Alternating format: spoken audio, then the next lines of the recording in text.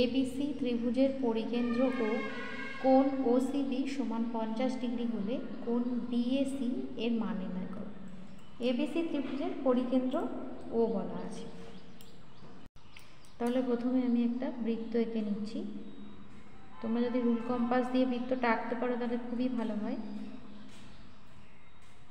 তো আমি একটা বৃত্ত এঁকে নিলাম, এর মধ্যে ত্রিভুজ এঁকে নিচ্ছি।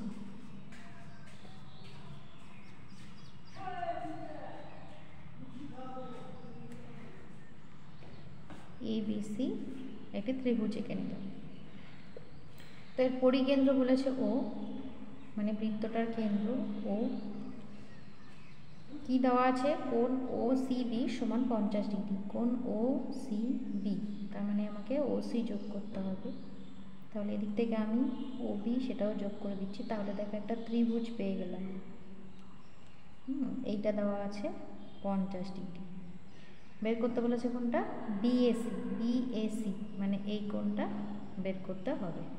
এই কোণটা আমি কোশ্চেন মার্ক দিয়ে রাখলাম, এটা বের করব। তো দেখো ত্রিভুজ বিওসি যদি আমরা দেখি, এর কি কি সমান? দেখো ওবি আর ওসি সমান, যেহেতু এরা বৃত্তের ব্যাসার্ধ, ওটা যেহেতু কেন্দ্র, পরিকেন্দ্র বলা ছিল, তাহলে ওবি সমান ওসি। কেন সমান? যেহেতু এরা একই বৃত্তের ব্যাসার্ধ। এবার একটা ত্রিভুজের দুটো বাহু যদি সমান হয় তাহলে কি হবে? দুটো কোণও সমান হবে। তার মানে ওসিবি এই কোণটা যদি 50 ডিগ্রি হয়, ওবিসি এই কোণটাও 50 ডিগ্রি হবে। তাহলে আমরা লিখব ও বি এই বাহু বিপরীত কোণ ওসিবি, ওসিবি সমান ওসি বাহু তার বিপরীত কোণ ওবিসি। একটা ত্রিভুজের দুটো বাহু সমান হলে তাদের বিপরীত কোণগুলো সমান হয়। এটা তোমরা ক্লাস 8-এ পড়ে নিয়েছো, উপপাদ্য ছিল। এখন কি দেওয়া আছে? কোণ ওসিবি। প্রশ্নে কোণ ওসিবি কত বলে দেওয়া আছে? দেখো 50 ডিগ্রি। তাহলে কোণ ওসিবি যদি 50 ডিগ্রি হয় এই কোণটা, তাহলে এটাও 50 ডিগ্রি হবে। অতএব কোণ ওবিসি এটাও 50 ডিগ্রি। এবার দেখো আমি ছবিতে তাহলে এটা 50 লিখে দিলাম। তাহলে 50 আর 50 কী হলো? 100 হলো। এবার একটা ত্রিভুজের তিনটা কোণ মিলে কত হয়? 180 ডিগ্রি। তাহলে এই কোণটা কত হবে? লিখব অতএব ত্রিভুজ বিওসি এর কোণ বিওসি সমান কত হবে? 180 ডিগ্রি থেকে বাদ যাবে, যেহেতু ত্রিভুজের তিনটা কোণের সমষ্টি 180 ডিগ্রি। তাহলে 50 50 100 ডিগ্রি বাদ গেল। তাহলে কত পেলাম? 80 ডিগ্রি। এবার একটা তোমরা ক্লাস 10-এ উপপাদ্য পড়েছো যে একটি ত্রিভুজ একই বৃত্তচাপের উপর অবস্থিত বৃত্তের বৃত্তস্থ কোণ কেন্দ্রস্থ কোণের অর্ধেক হয়, বা কেন্দ্রস্থ কোণ বৃত্তস্থ কোণের দ্বিগুণ হয়। তার মানে এইটা যদি 80 হয় তাহলে এই কোণটা তার অর্ধেক হয়ে যাবে, মানে 40 হবে।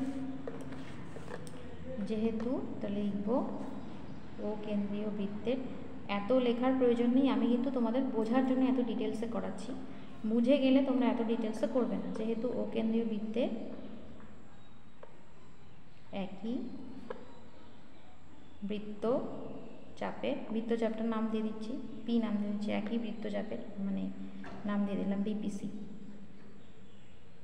এর ওপর অবস্থিত কেন্দ্রস্থ কোণ কত? বিওসি ও বৃত্তস্থ কোণ সমান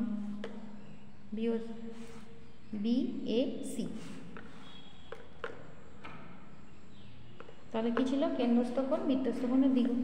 তার মানে আমরা লিখছি 2 ইন্টু বিএসি সমান কোণ বিওসি। এবার মান বসিয়ে দিচ্ছি, বা 2 বিএসি সমান 80 ডিগ্রি কেটে দিলাম। তাহলে আমরা বিএসি কত পেলাম? 40 ডিগ্রি। খুবই সহজ একটা অঙ্ক, এইটাই অ্যান্সার। তোমরা ছবি এঁকে বাড়িতে প্র্যাকটিস করো, দেখো আর কোনো কঠিন মনে হবে না। তো কেমন লাগলো ক্লাসটি অবশ্যই কমেন্ট করে জানিও। যদি ভালো লেগে থাকে অবশ্যই লাইক শেয়ার করতে ভুলো না। খুব ভালো থেকো, সুস্থ থেকো। পরের ক্লাস নিয়ে আবার হাজির হবো তোমাদের সঙ্গে। ধন্যবাদ।